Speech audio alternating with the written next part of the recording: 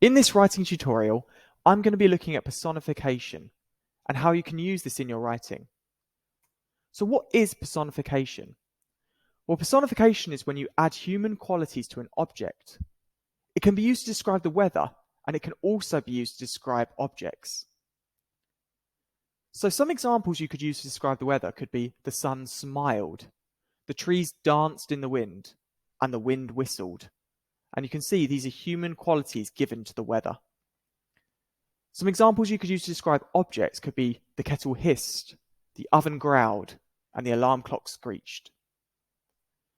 When you're writing, remember to have at least 3 ideas to use to describe the weather.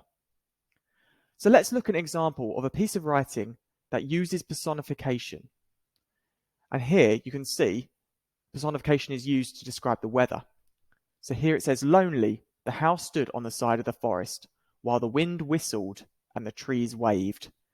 And you can see the personification used to describe the weather by saying the wind whistled and the trees waved.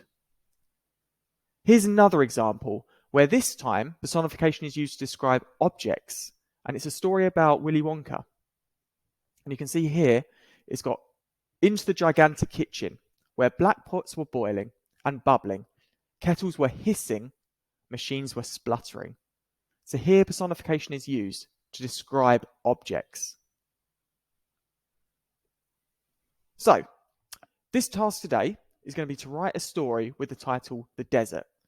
And same again, if you're year 5 and 6, you should aim to write one side of A4.